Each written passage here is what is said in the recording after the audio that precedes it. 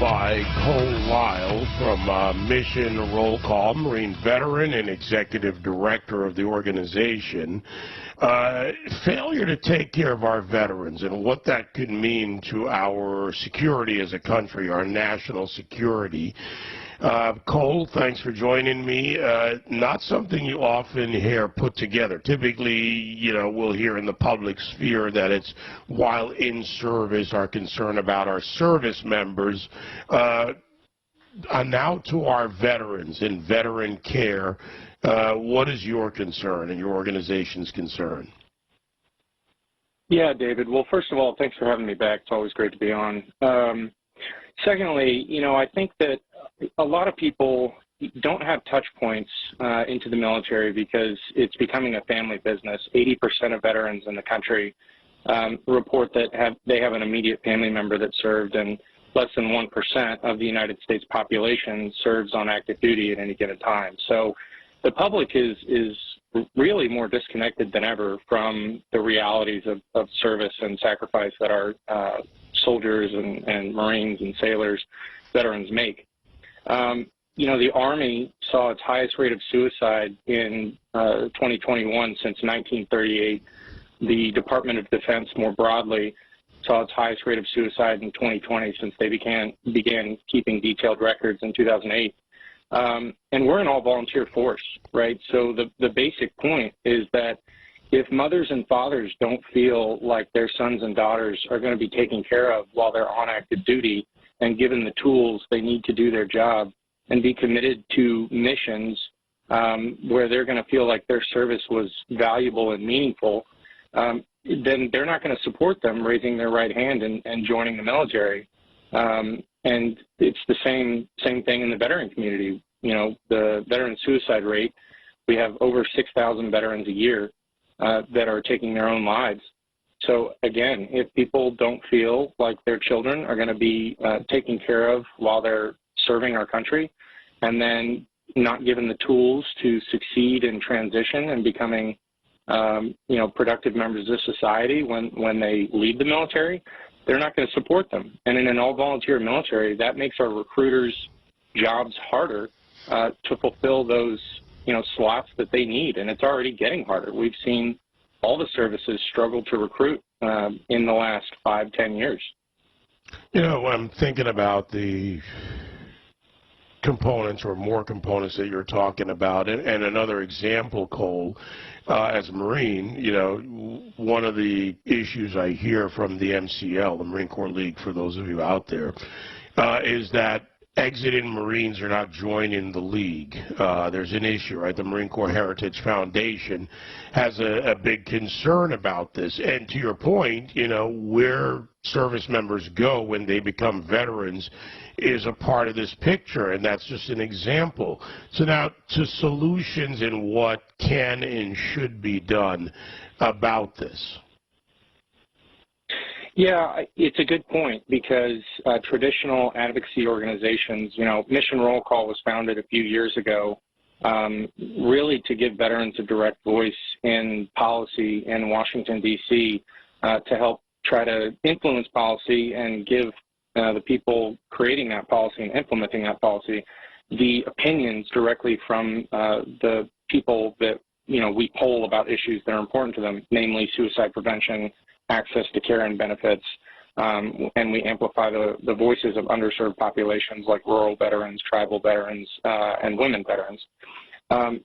Veterans really don't want to go into an American Legion post or a VFW post and get cheap drinks and tell war stories anymore. That's why you've seen organizations like Team Rubicon, Team Red, White, and Blue that really get veterans active in their community and feeling like they're serving again. You've seen them have such success. Mission Roll Call, we go and we communicate with veterans where they live, right, which is primarily online these days. If your listeners are interested and they're veterans, they can go to missionrollcall.org, sign up for our texts and emails, and get our polls about issues that we communicate to Congress. You see more and more because the majority of the veteran population is over 55, and just over 10 years ago, we had 24 million veterans in the United States. Now we're at 18.2 million.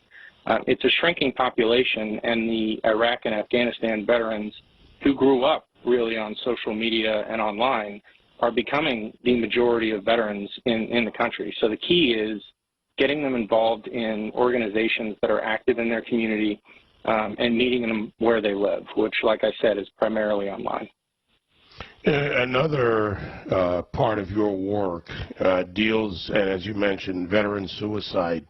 But what's also a part of this and needs to be a more active part of the conversation are the family members of those who have committed suicide. The wife, more often than the husband, left.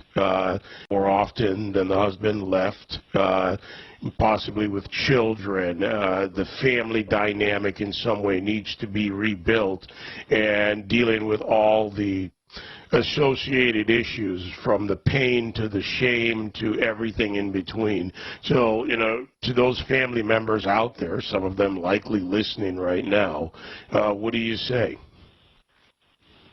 Well, first, families are going to be key. Really, the VA is a large organization. Obviously, it was created with the sole purpose of caring for those who have fought our nation's battles. It's the largest healthcare system in the country, and it's the second largest federal agency. And a lot of people don't realize that. It's hugely complicated to implement changes uniformly, successfully in the nation. So family members are really the front line of defense, when it comes to veterans having any sort of transition issue, mental health issue, benefit issue, whatever, and really should feel comfortable encouraging veterans, if they notice changes in their veterans' behavior, to get the help they need, because there's really no shame in trying to better your life and continue to serve not only your family but your community. I always use the analogy that the DoD spent a lot of time, and you know this as well as I do, teaching you how to manipulate a very basic weapon system like the M16 or the M4. They teach you how to do preventative maintenance. They teach you how to do immediate action if it jams to get the weapon back up.